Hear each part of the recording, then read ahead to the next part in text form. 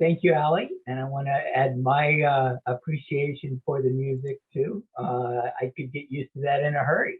Live music every lunch. So thanks to our musicians.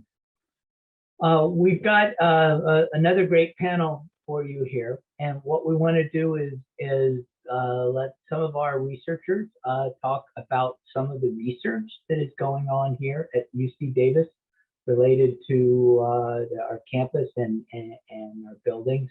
The first speaker is going to be Nicole Hathaway. She's been with the California Lighting Technology Center for about 12 years.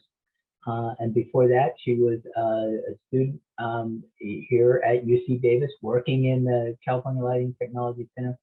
So she has great institutional knowledge as well as extensive experience in exterior lighting and photovoltaics. And so Nicole and each of our speakers is going to talk for about 15 minutes. Please put your questions in the Q&A, and we'll use about 5 minutes or so at the end to connect you directly with our experts. So Nicole, please go ahead.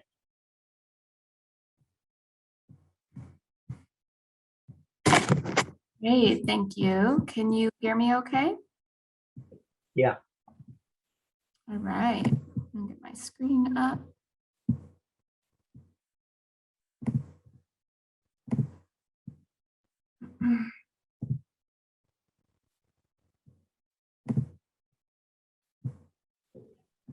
So I thought I would start with the first slide here and tell you a little bit more about the CLTC. Our mission is to accelerate the adoption of energy efficient lighting technologies, really by whatever means necessary. We're not picky, but most of those means do fall into 3 different activities: classic R&D, demonstration and outreach, and education and training. So the project that I will be sharing with you today has a little bit of all 3. And so we're really excited to get it off the ground. But one of the things that really sets it apart is the partnerships that it leverages. And up on the screen, I've put a graphic representation of our partners over the years. This is through a number of different projects and also our affiliate program. And so that's one of the ways that you can collaborate with the research centers, and the easiest way, to be honest, through our gift program. And so a lot of these partners I'll be mentioning here and there in today's presentation, and how they are contributing to our renewable energy and advanced lighting systems for exterior application project. It's a mouthful, so we are calling it REAL, the REAL project. And it has 4 distinct phases that are broken to design, integration, demonstration, and tech transfer.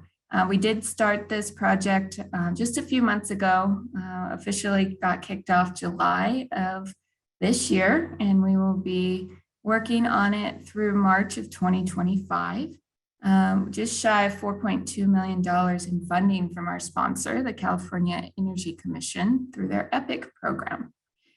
So what is the REAL system? This is a concept design. Obviously, we've got a long way to go till March 2025. So this is our concept diagram that I thought I would share with you today to give you an idea of what we're working towards.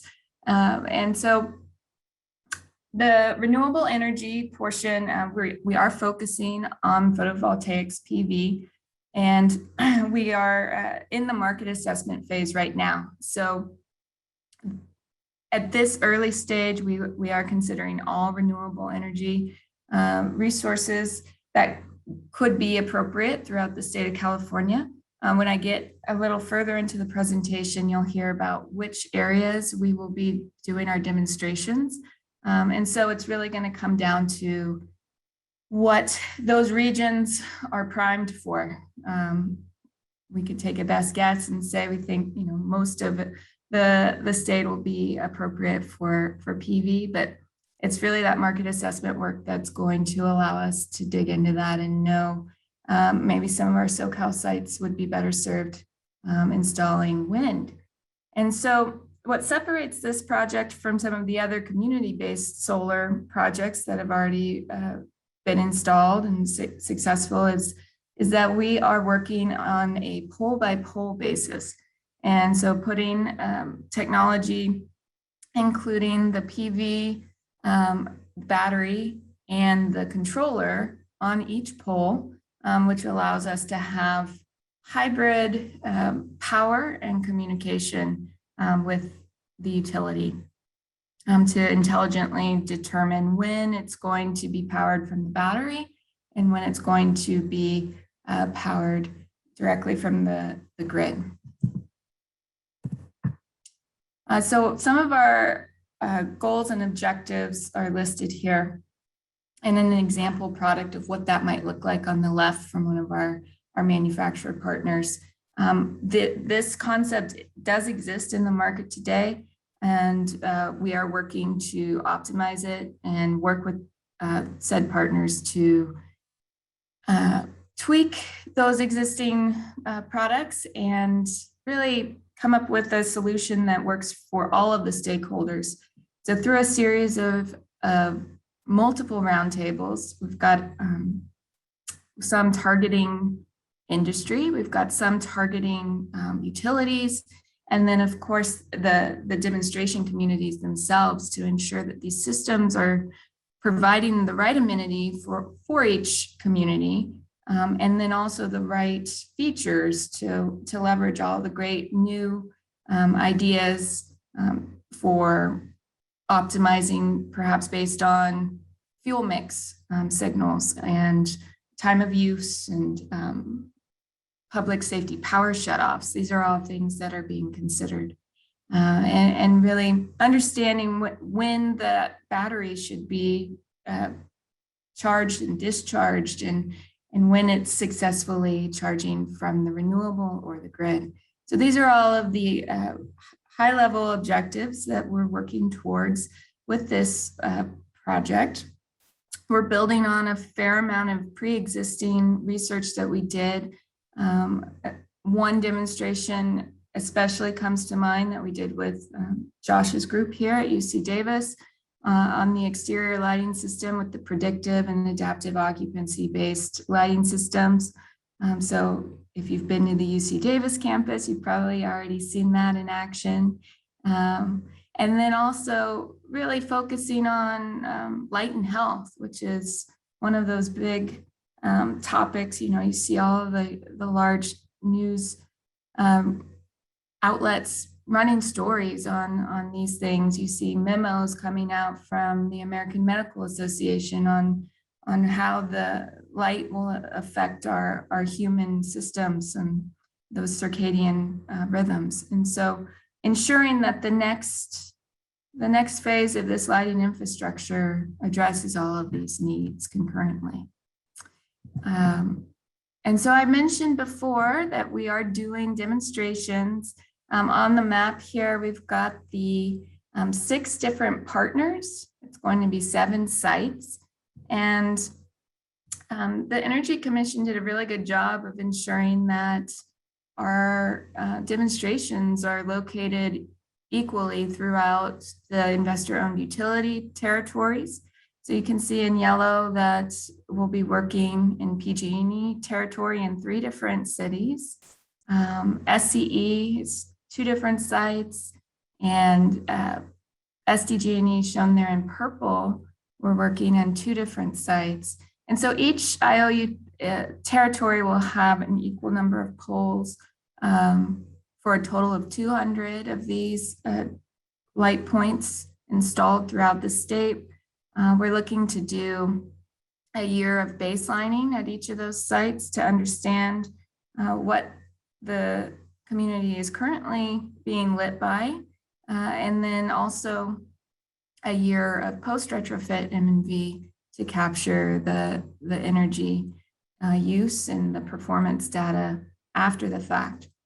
So that's more on the quantitative side, but from a subjective standpoint, there's a lot of survey work that we're rolling out to those communities as well, both now in the planning stages to ensure that our designs do include those amenities that they are looking for, that they're needing, and also after the fact to, check back in, take a temperature, take a pulse check, make sure that the systems did what we intended them to do. And so the community-based organizations listed here on the right side of the slide are helping us to do that in a really rigorous way.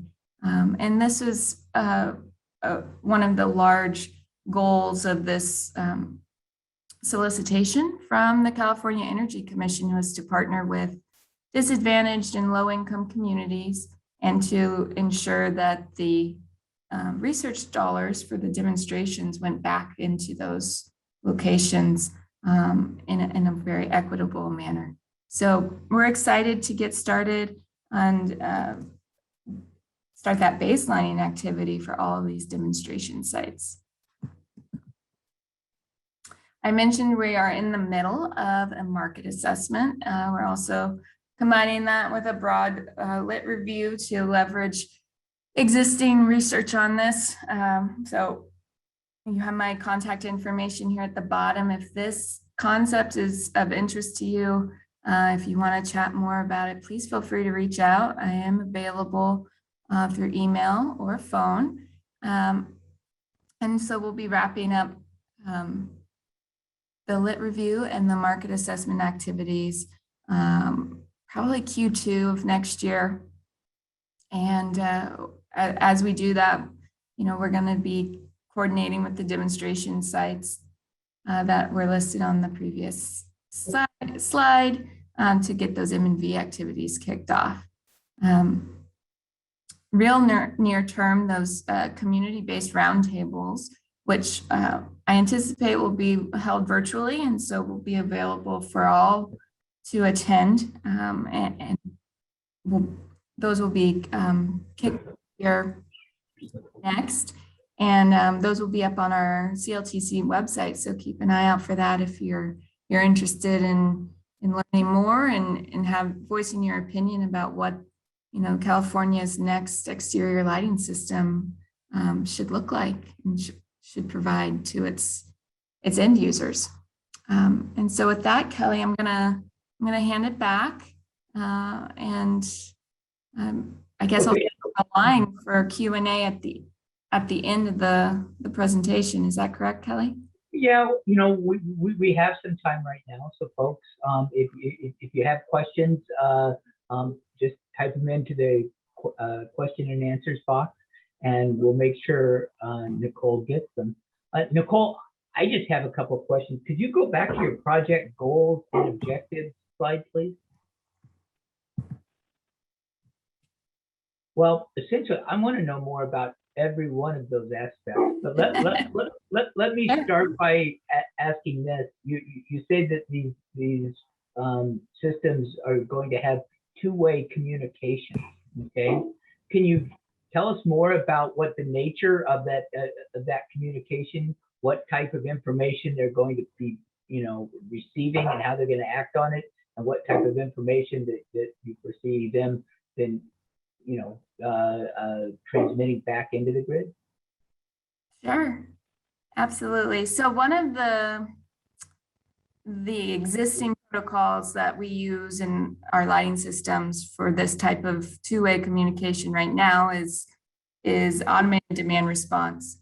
And so the open ADR protocol is used pretty standard throughout the advanced lighting control systems for indoor and outdoor, as well as just typical building management systems that would live a layer above that lighting management system. And so we are looking into a similar structure to leverage protocols that operate in much the same way as the open ADR protocol for these other signals that I mentioned, like the fuel mix. Time of use is a little simpler. I think if you know more about your utility schedule, you can set up a schedule within the control to ensure that that relay that decides when you're charging your battery from PV or grid is switching according to that schedule that you can install, or excuse me, pre-program. And so the PSPS is a little trickier. You know, we've got 4 more years almost to see how that plays out. And we're also using the PSPS idea to kind of round out the smart battery storage concept. So how big should your battery be? Well, we would like for our systems to provide light for the duration of the typical PSPS event. And so using that to help us come up with some performance thresholds on what our real system needs to be at the end of this project. Great. Hey, I have one more question I'd like to ask before we go to the next person. I actually have many more, but could you tell us a little bit more about circadian appropriate lighting spectrums, what that is, and how these lights are going to do that? Sure. Yeah, I touched on it a little bit. There's certainly could spend a whole day talking about circadian appropriate lighting. And so some of the guidance around this today is really talked about in terms of CCT. And so circadian stimulus is actually broken into 3 variables. It's the wavelength of the light that you're being exposed to, where the blue part of the spectrum is what we're interested in for circadian lighting. The intensity of that blue light is number 2 item, and then the duration, how long you're under that blue light. And so the reason we're interested in blue light is because it is the stimulus for our production of melatonin in our body. So when you are under a blue light, your body does not produce melatonin. If you've heard the word melatonin before, it might be because you saw it at a health store. It's a supplement. You can take synthetic melatonin to help you sleep at night, but our bodies do produce it naturally. And so if you're exposed to blue light after the sun has gone down during periods of darkness, you're going to stop your body from producing it naturally. And so the idea behind circadian appropriate lighting is that we take the blue out of the equation. And for exterior lighting, it's a little bit different than if you're thinking about, you know, your lights in your house. That's going to be really close to you as an end user. Exterior lighting, maybe you're outside for a walk and that becomes an issue for you. You want to know that for the duration of your walk, you're not suppressing that melatonin, impacting your sleep for the night. And then, but even more critical than taking a walk under it might be something like backlight. So having it spill into someone's window. And one of I mentioned that we're working in disadvantaged and low income areas for this. So the idea is not everybody has budget to buy blackout drapes. What do you do for that? Well, 1, you don't put light in someone's window, and 2, if that's not an option for some reason, then you need to ensure that that light is not damaging to their health.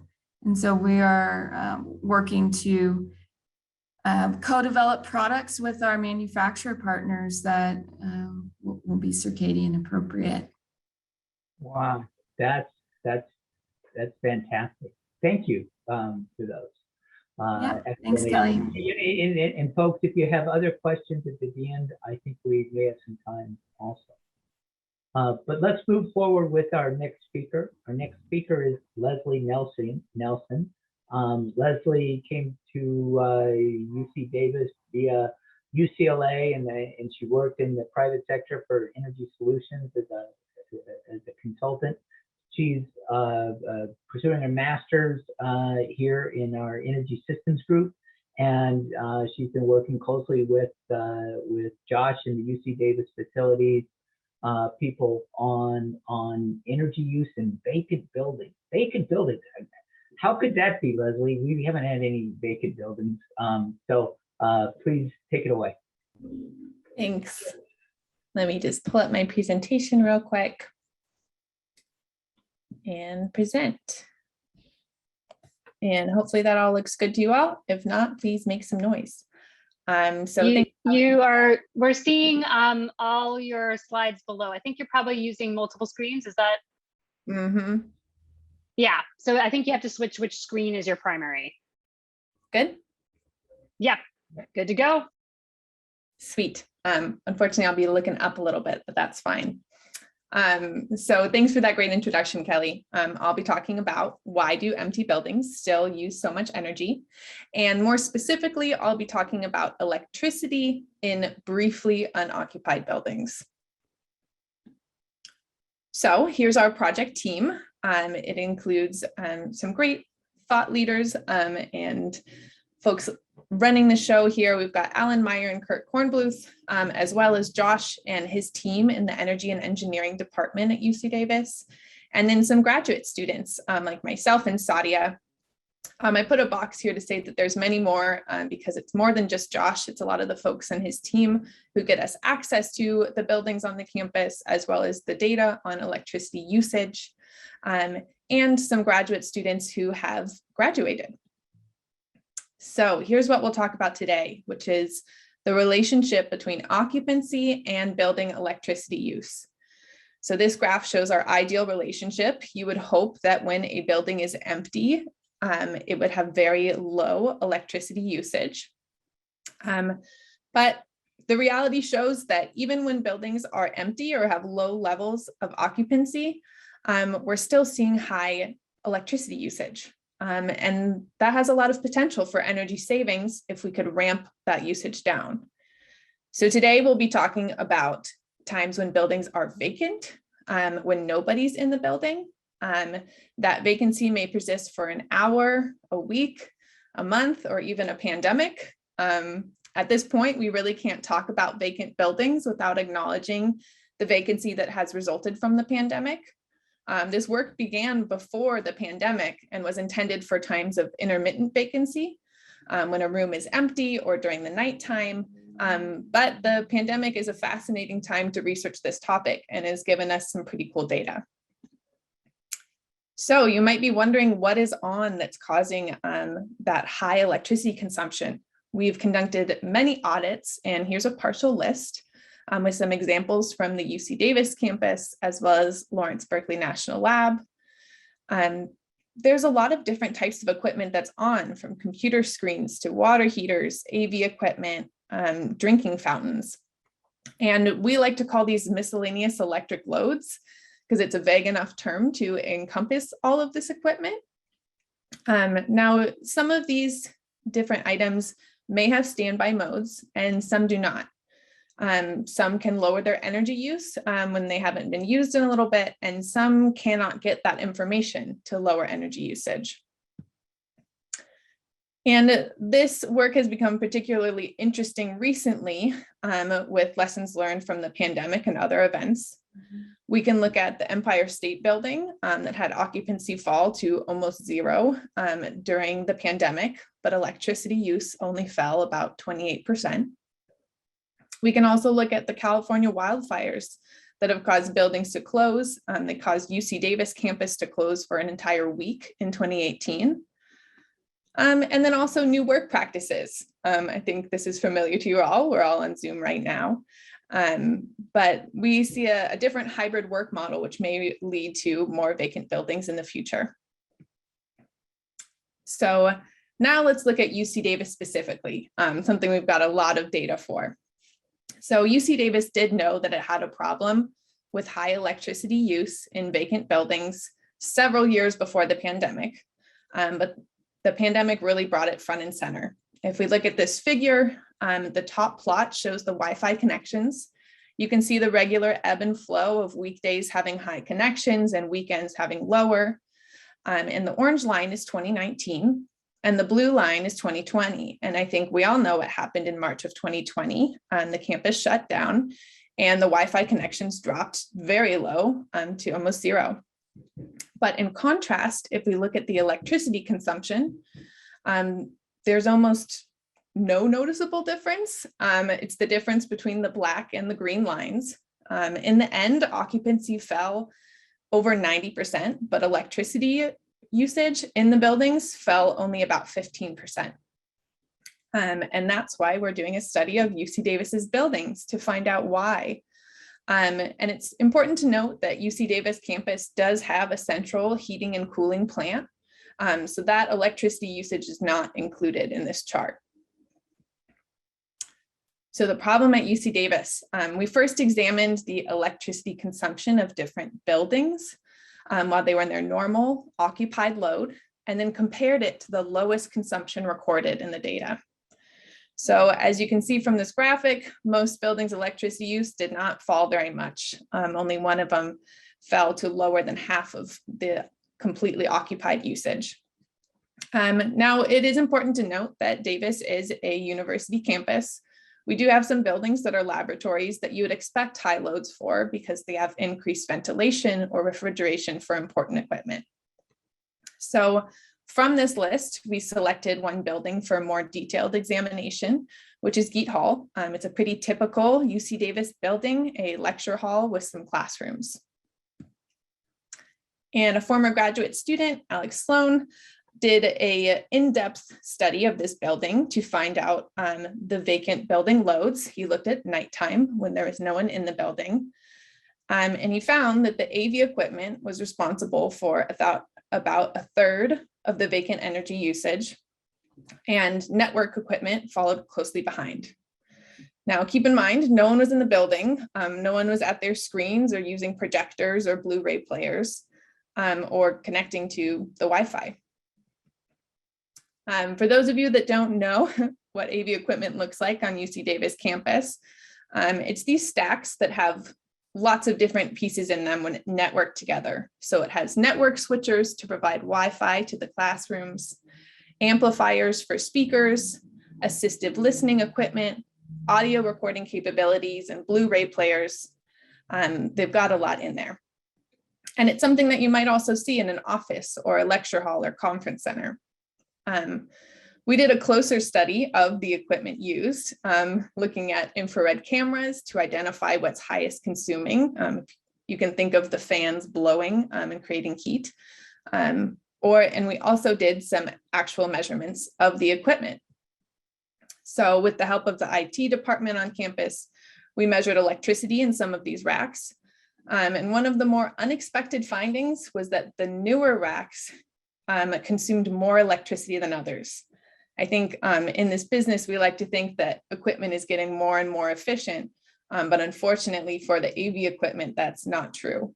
The first generation unit drew 100 watts while in operation and 60 watts in standby, whereas the newer models, the generation 4B, consume 680 watts while operating and 615 in their idle condition. So those latest AV racks might have great services for the classrooms, but improved energy efficiency is not one of them. So what are we going to do about this? Our conservation strategy has been to aggressively reduce the energy use of these MELs when we are certain that 0 people are in the building. We focused on 0 occupancy because then we could reduce the level of service quite drastically. It's not just dimming the lights, but turning them off. There's also nobody there to complain about the reduced services. And buildings are empty greater than 25% of the hours in a year. It's a good chunk of time, and that's a good amount of electricity we can save. Some sample MELs and vacancy modes. Here's a partial list of the measures we're considering, and it's diverse, as you might guess. The middle column describes the modifications that we envision are needed to achieve energy savings. In practice, it's somewhat like a standby mode, but it is a vacancy mode, kind of a sleep mode, but it's informed by external knowledge that a building or room is vacant. So to see this idea to fruition, we need 3 innovations. The first is a vacancy inference message that can take inputs from multiple sensors and systems to estimate the confidence that a room, a zone, or a building is vacant. So you need to be able to determine that an area is vacant and we can ramp down consumption. Second, you need a signal that can be disseminated to the MELs to communicate the probability that the room, zone, or building is vacant. So how can we share that information that the vacancy inference engine finds? And then lastly, we need MELs with the ability to decide if they have the ability to lower their power, and also be able to decide based on that signal. Now, our proposed method for a vacancy inference engine is essentially sensor fusion. So we're looking at existing data sources, so existing sensors in the building, such as the Wi-Fi connections, the schedules, the motion sensors, security systems, and being able to feed all of that information that we already have in the building into a model that can then provide a confidence signal from 0 to 100%. That can communicate to the equipment that is on. Now, some of the equipment might be more sensitive. They might need to have a higher confidence that the building is vacant before entering into their vacancy mode, whereas others might have lower tolerances. And our research is working on all 3 fronts that I mentioned before, that vacancy inference engine, the signal, and looking at the MELs. So where do we go from here? Future work is going to continue to identify and research MELs with the potential to reduce energy during vacancy. I shared how we found the potential in the AV racks on campus, but that's looking at a lecture hall and classroom. What could the other buildings have that's a high user and has high potential? We're also working on further development and testing of the vacancy inference engine. So working with the data we have on campus to see if we can determine vacancy. And then lastly, fielding a project on the UC Davis campus to look at controlling the AV equipment during vacancy. So thank you all for listening. And Kelly, I'll hand it back to you.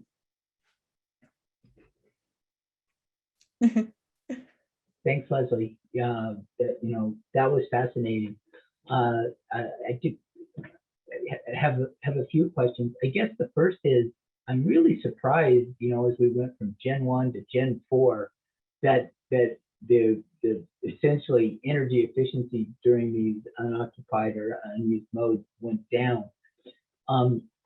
It seems to me that Energy Star was really good at getting manufacturers to build in the systems, which if your computer screen is not used for a while, it goes off. Is any Energy Star active with any or applicable to any of these AV equipment suppliers?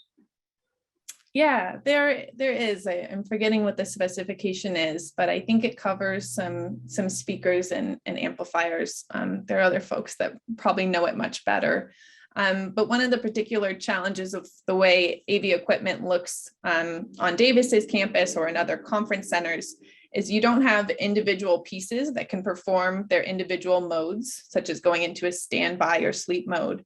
You have them all networked together into a rack and has like a central brain to control all this equipment, which is leading to them staying in the on mode more often than not.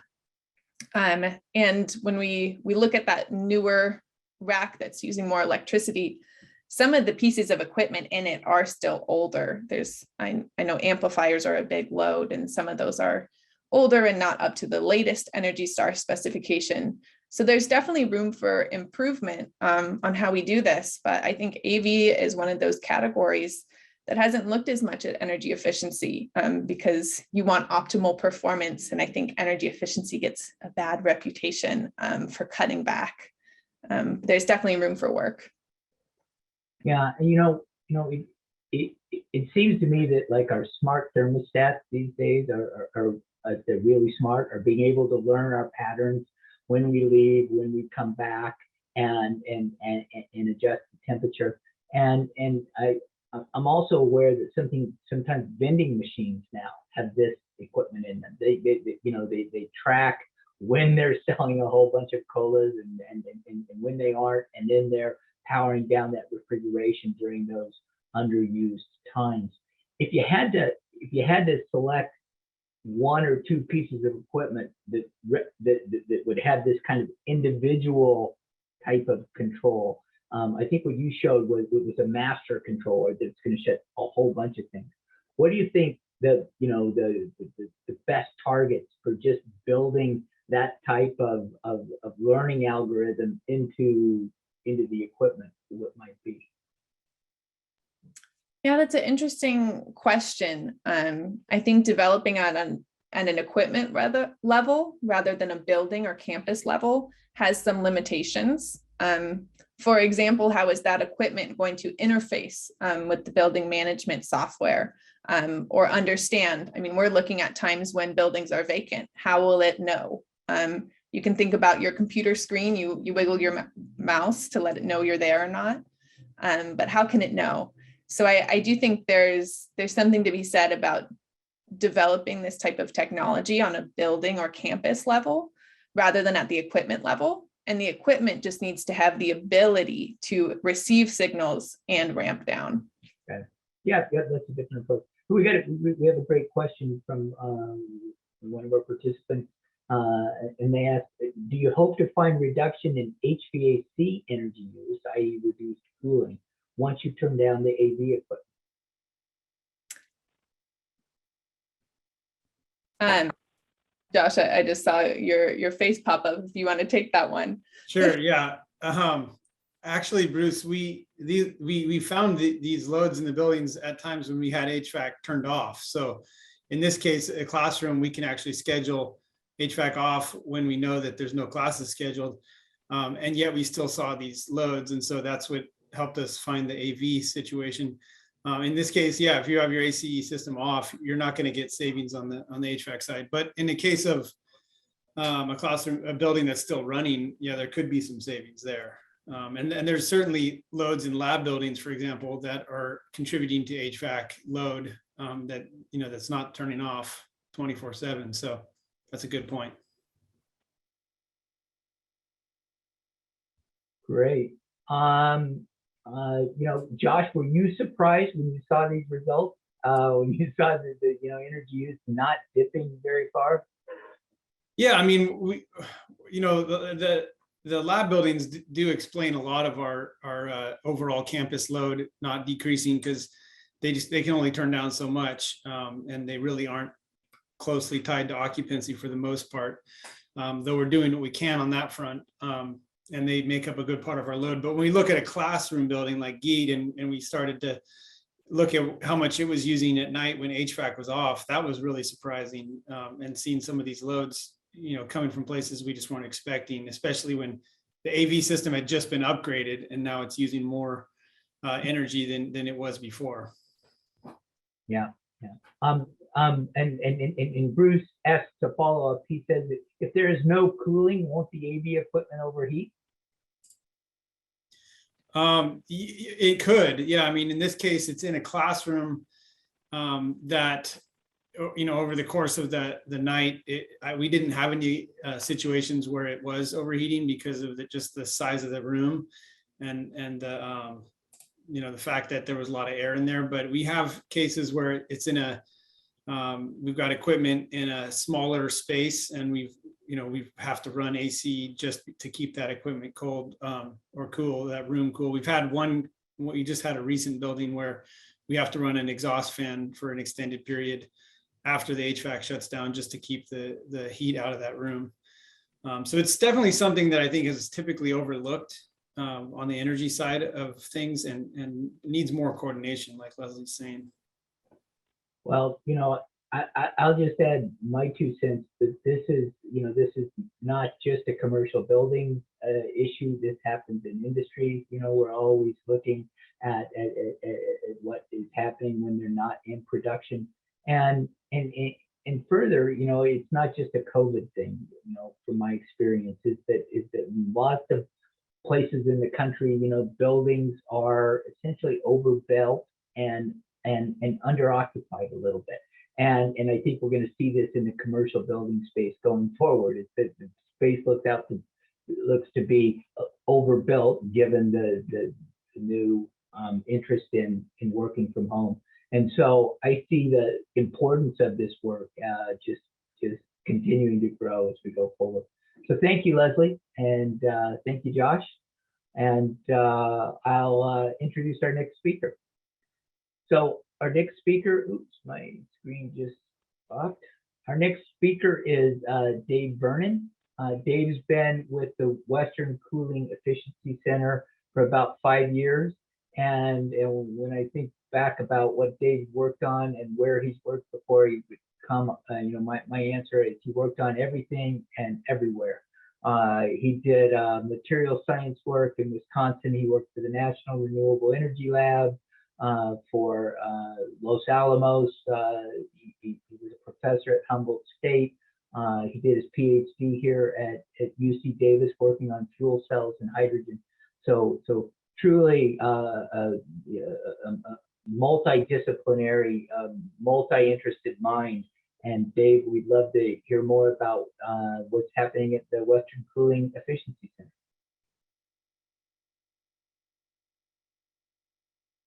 Thank you for that kind introduction. And yes, for the last 5 years, I've been at the Western Cooling Efficiency Center and the Energy and Efficiency Institute.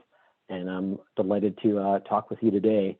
This presentation is a little bit more of a research overview for our center than the last two. And then I'll dig into a couple projects that I think are particularly relevant for this audience. It's really tough to decide. We've got so many exciting things we're working on that I'd love to share with you. So our mission is to accelerate the development and commercialization of efficient heating, cooling, and energy distribution solutions through stakeholder engagement, innovation, research and development, education, and outreach. I want to introduce our broader team here. Our key sponsors are California Energy Commission and the California Utilities. We also get funding through federal agencies, the Department of Energy, Department of Defense, and I need to really acknowledge the contributions of our corporate affiliates. These affiliates that you see listed here donate some gift money to our center, and this is really critical for our survival and the impact of our work, that these funds support the parts of our mission that the grants don't pay for, like writing new proposals, like deep engagement to really extend the impact and extend the dissemination of our findings to really try to make a difference. So we're grateful to them.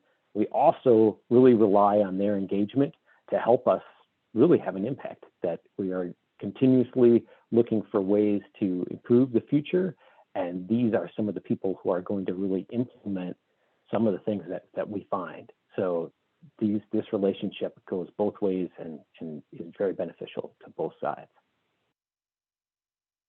The Western Cooling Efficiency Center, or WCEC, has unique leadership in evaporative cooling technologies and climate appropriate HVAC technologies, as well as laboratory testing using advanced environmental control chambers that allows us to test HVAC equipment across a broad range of climate zones and seasons, so that we can see how this equipment would perform, and we can use that data to input into models so that we can understand the performance of equipment, really around the world, and not just in one location where one demonstration might happen.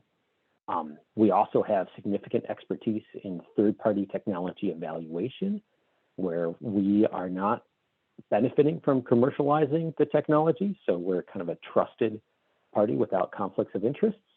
We do a lot of energy modeling, field monitoring of HVAC technologies. So we complement that lab expertise with also a lot of demonstration and field research.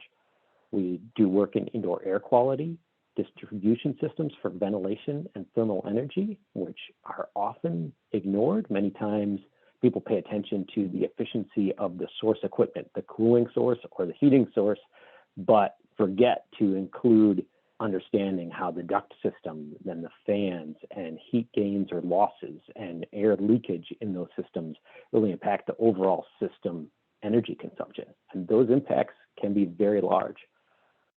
We work in test standards development, human behavior, and control of HVAC systems.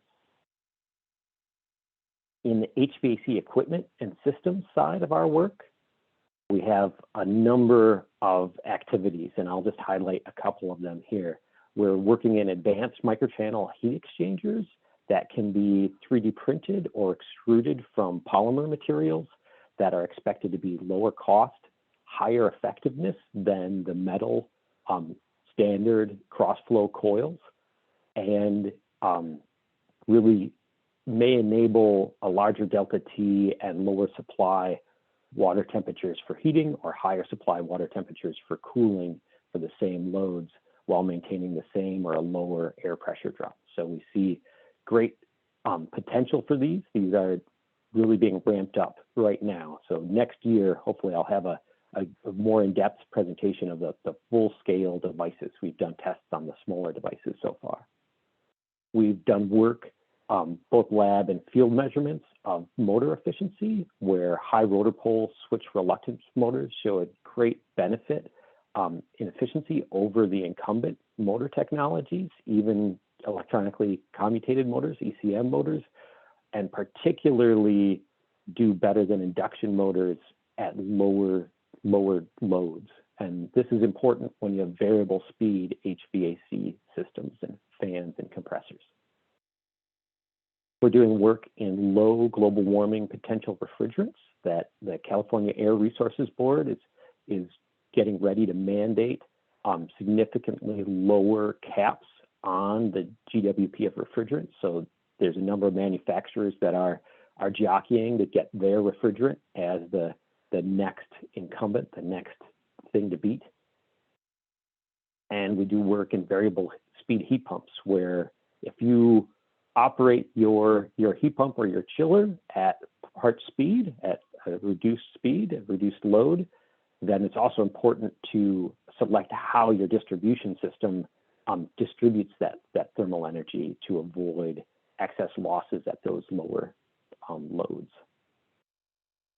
So some current projects also include a rooftop unit integrated indirect evaporative cooler project with Sealy, a subwet evaporative chiller project also with Sealy, and a residential heat pump for space conditioning and water heating with Solara and Carrier.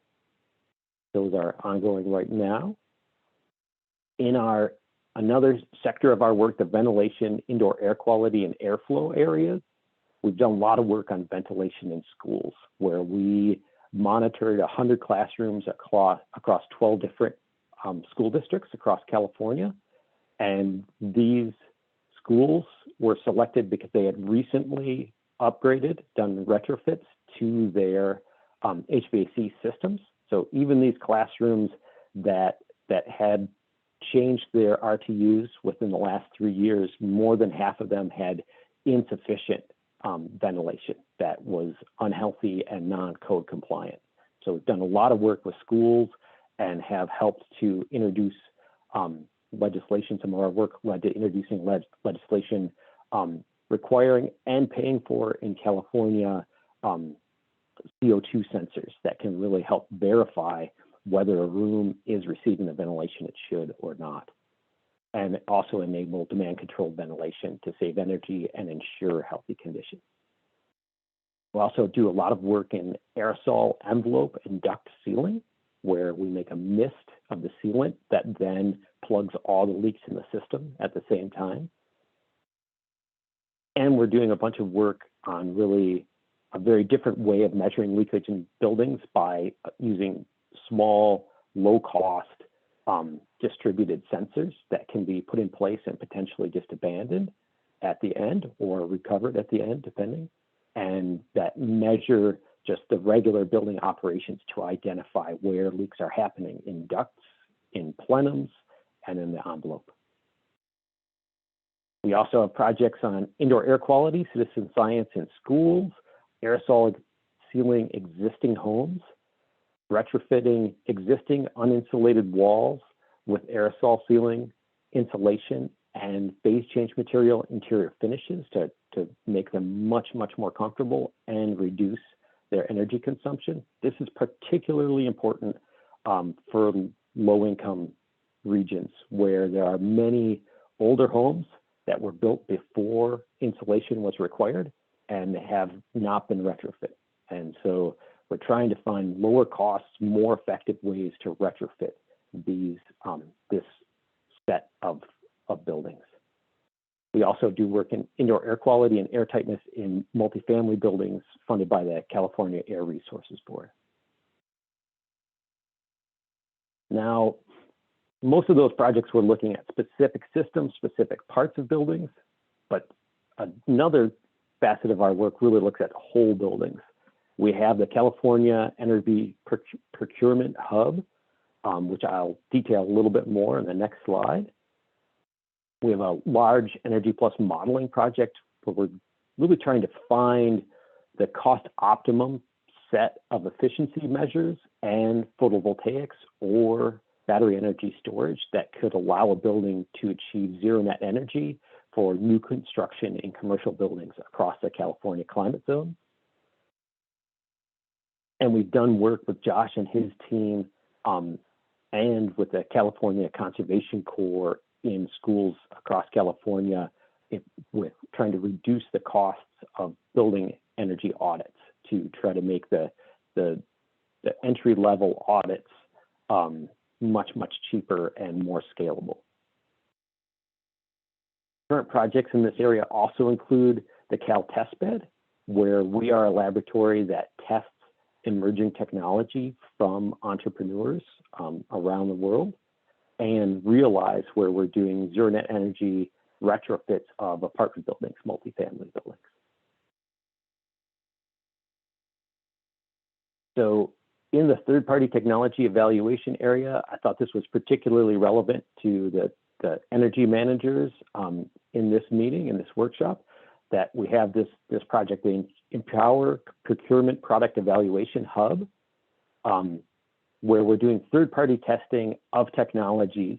We started with really a stakeholder engagement process where we talked to different larger institutions like the Department of General Services, where they have a list of equipment that they are allowed to procure from their procurement systems that have been pre-approved.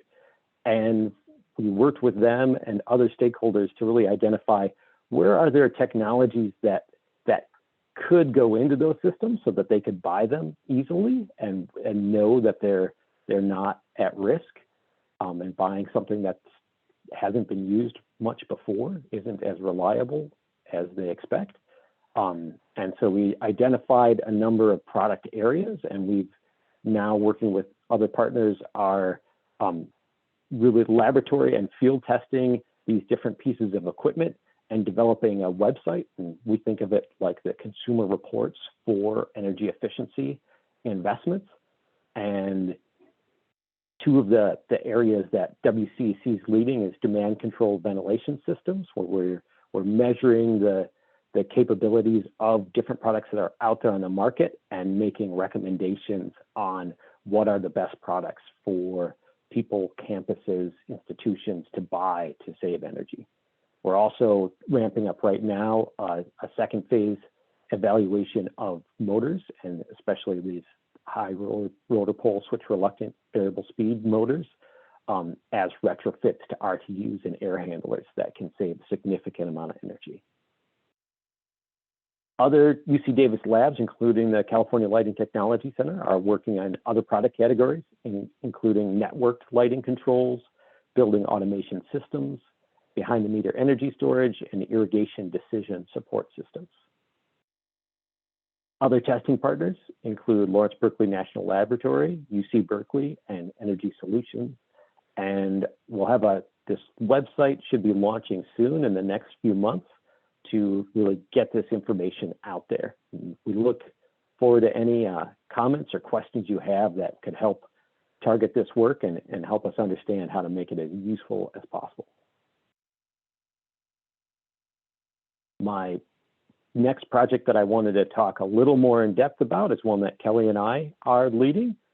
This project's on variable air volume reheat heat losses that in California for large buildings, especially office buildings, the most common way to provide heat to the building is solely through reheat, where supply air is cooled, routed to all the different zones, and at the terminal units serving each zone, if that zone is below the set point temperature, then hot water is circulated through a coil to reheat that air that's going into that zone to warm it up and keep it comfortable.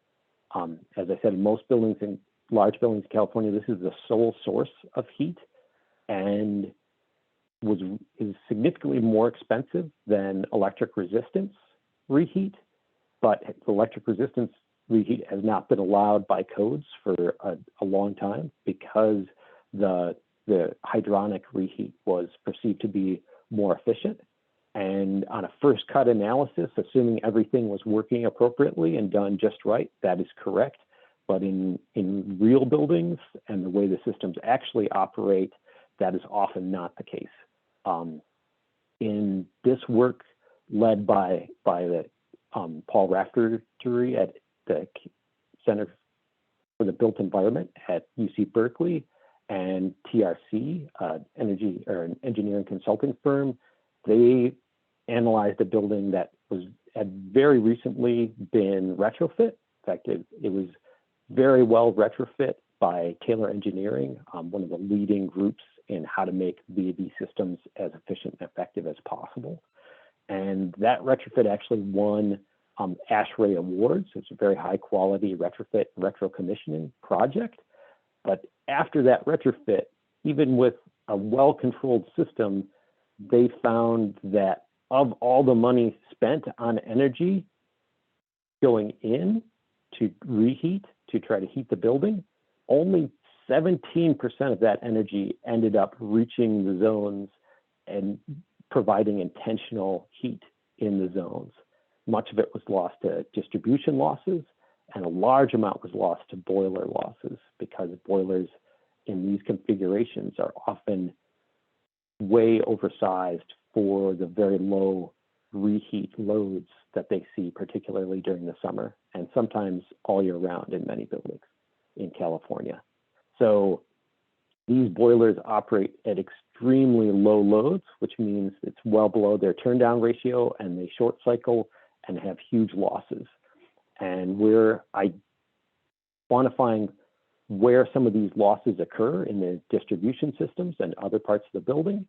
And we're measuring savings in a UC Davis building and in buildings at Genentech and a community college to try to identify how much better can we make this situation with relatively low cost controls adjustments, sequencing controls adjustments, zone minimum airflow adjustments, and then some targeted adjustments, like if there is a cold zone that is driving the reheat for the whole building, so that critically cold zone is forcing the supply hot water temperature to be high, then can we apply a very low cost, just electric resistance heater on its own little thermostat in that zone to heat up that zone that would allow the whole building then supply water temperature to be reduced.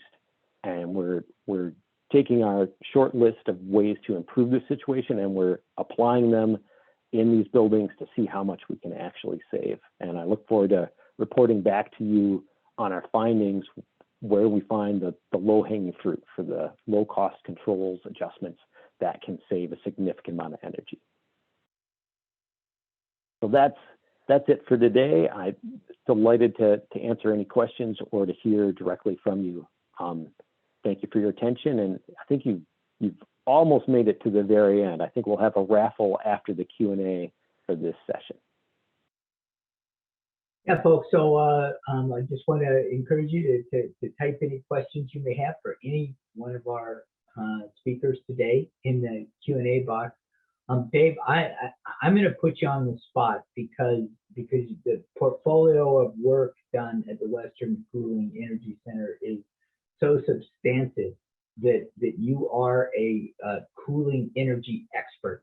And so my question, I'm going to frame it in part for the non-California audience, but in California, CalISO tells us that when on days like today, when moderate temperatures, the California system is going to peak at around 27,000 megawatts of power.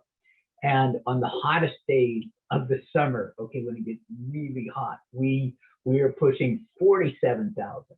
That tells us that there's 20,000 megawatts of cooling, okay? The vast majority of that difference is cooling. So it's almost half of the total cooling load. Dave, as a cooling expert, where do you see the biggest contributions coming that can help, window that 20,000 megawatts of cooling down? Well, I think this project is one example there that these reheat losses from these systems will be occurring during the hot weather times and be adding significant cooling load to those buildings.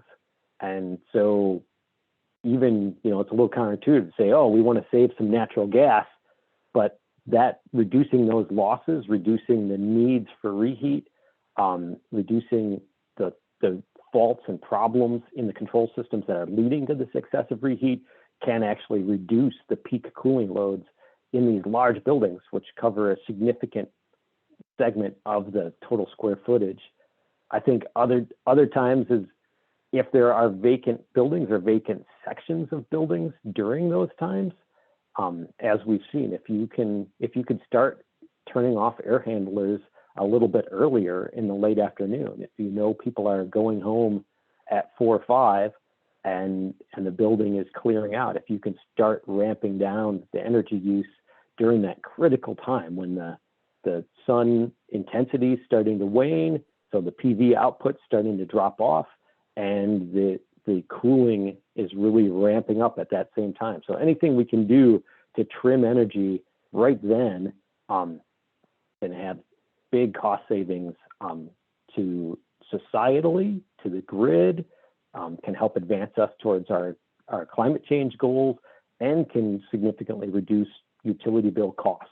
And as utility bills get better and better at incentivizing the societally beneficial load shifting, that will become more and more lucrative into the future. Yeah, thank you. That's a thoughtful answer. Hey, we've got a question from one of our participants, and Benjamin would like to know, does a heat recovery chiller solve the VAV reheat problem? It could be an excellent part of this application. So for many of these buildings, if a redesign is possible, if there's sufficient funds to pay for a redesign of the reheat heat source system, using a heat recovery chiller that cools the cooling water loop and puts that thermal energy into the heating water loop, that might be sufficient to do all of the reheat loads during the summer and the warm months, and really avoid having to utilize the larger boilers at all during the low reheat demand times. And so that could be very effective.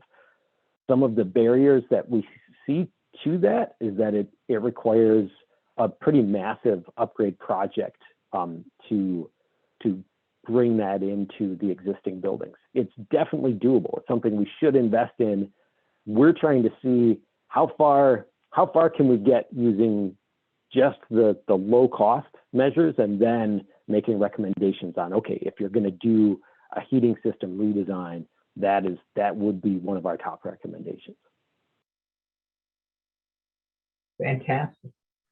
I'm going to ask another question that really is from the same direction as Leslie's work, and that you described some of the excellent work that the Cooling Center is doing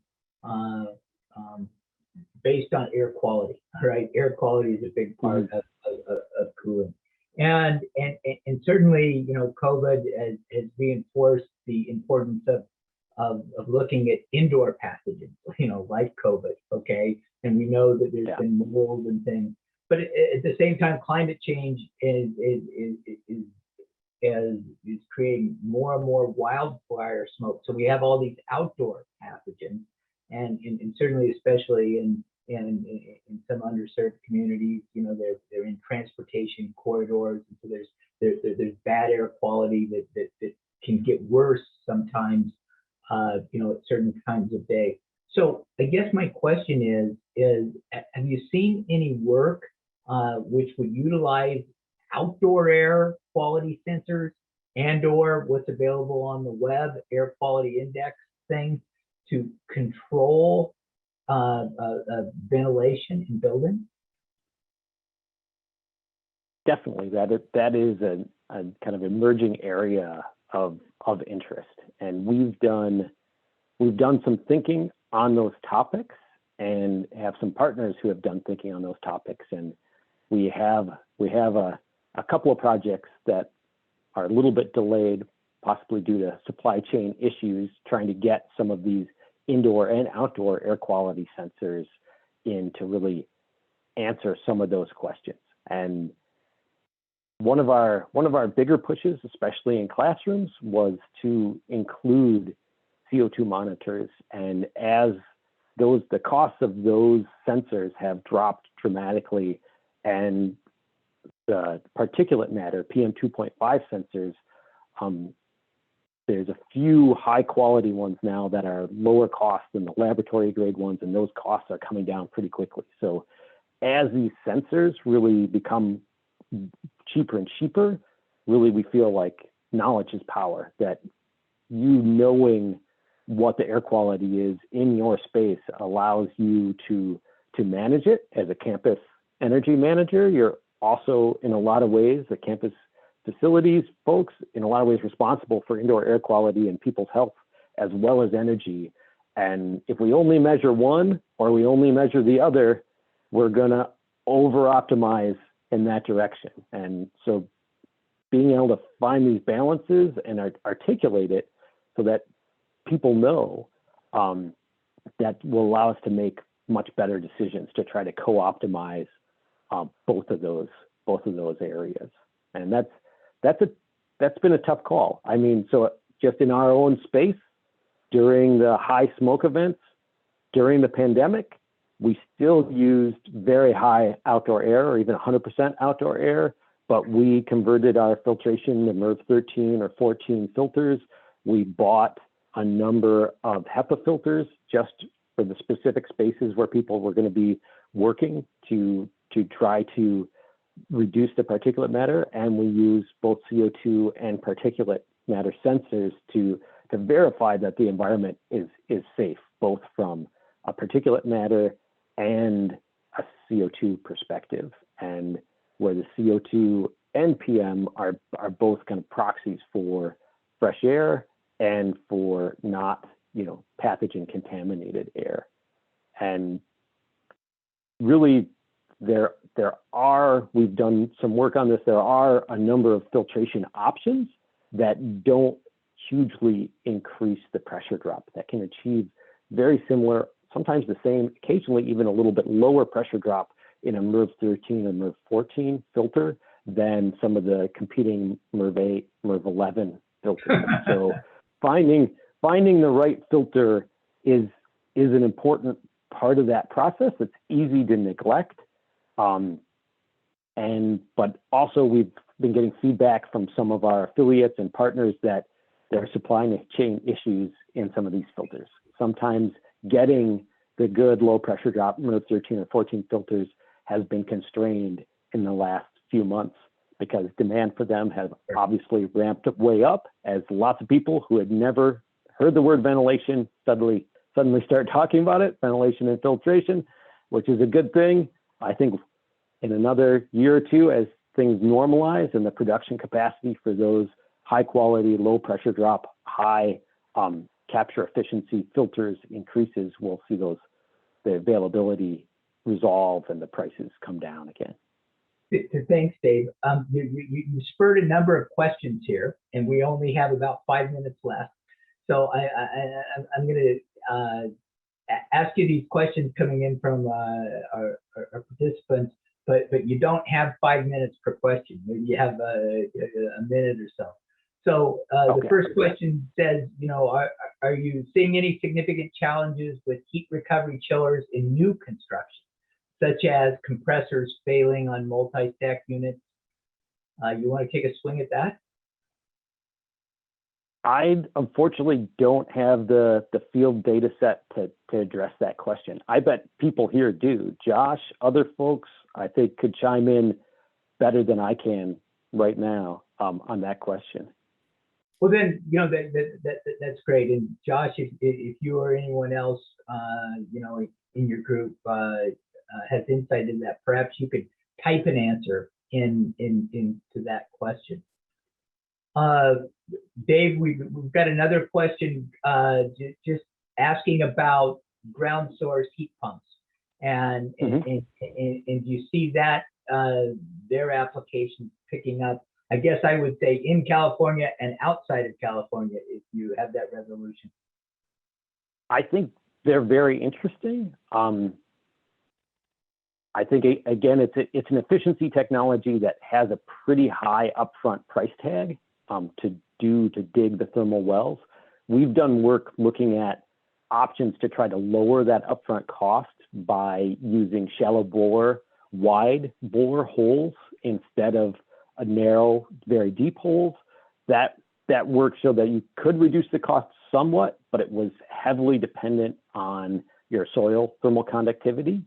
And there are groups working to reduce that cost also. Dandelion, a startup company that spun out from Google X, Alphabet X Labs, that is pursuing that in the New York area, particularly targeting single family homes that are on propane or oil heating.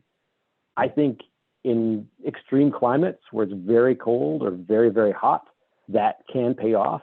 In most California climates, you can do pretty well with an air source heat pump.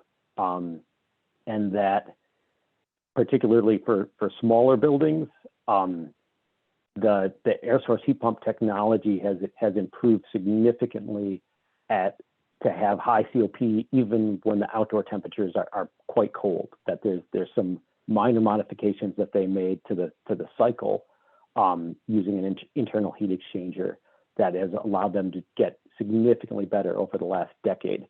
So they're kind of out competing cost-wise the ground source a bit. On a large campus level, there are definitely some opportunities there that are interesting for ground source. But again, there's the cost-benefit trade-offs. Thank you. But we have just a couple more questions briefly, and then maybe you could type an answer if we don't get to them. But one question here says, does reducing cooling to employment centers at peak cooling times impact other cooling, such as residences? I guess this was spurred by my question, but what would you say about that?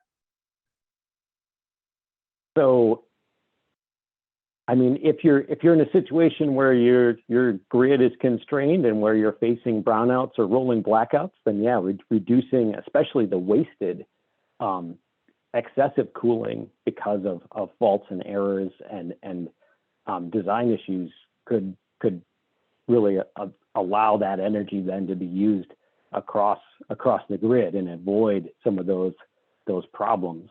I hope that addresses the question.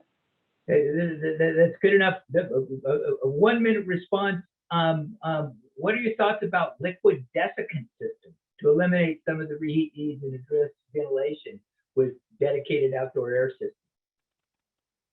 We have an upcoming project as that Cal Test Bed. We're working with a startup company that's trying to commercialize liquid desiccant indirect evaporative cooling systems where they can completely decouple the dehumidification of the supply air from the cooling of the supply air, and it's pretty interesting. We'll see. I think again we'll get back to you in a year and tell us it looks exciting right now. We'll tell you what we really think after we've put it through the paces in our environmental chambers and can get back to you. Well, thank you, Dave. Thank you, Leslie. Thank you, Nicole. Thank you to our participants. I learned a lot. I hope you did, and I'm going to turn it back to Ali and Josh and our MC.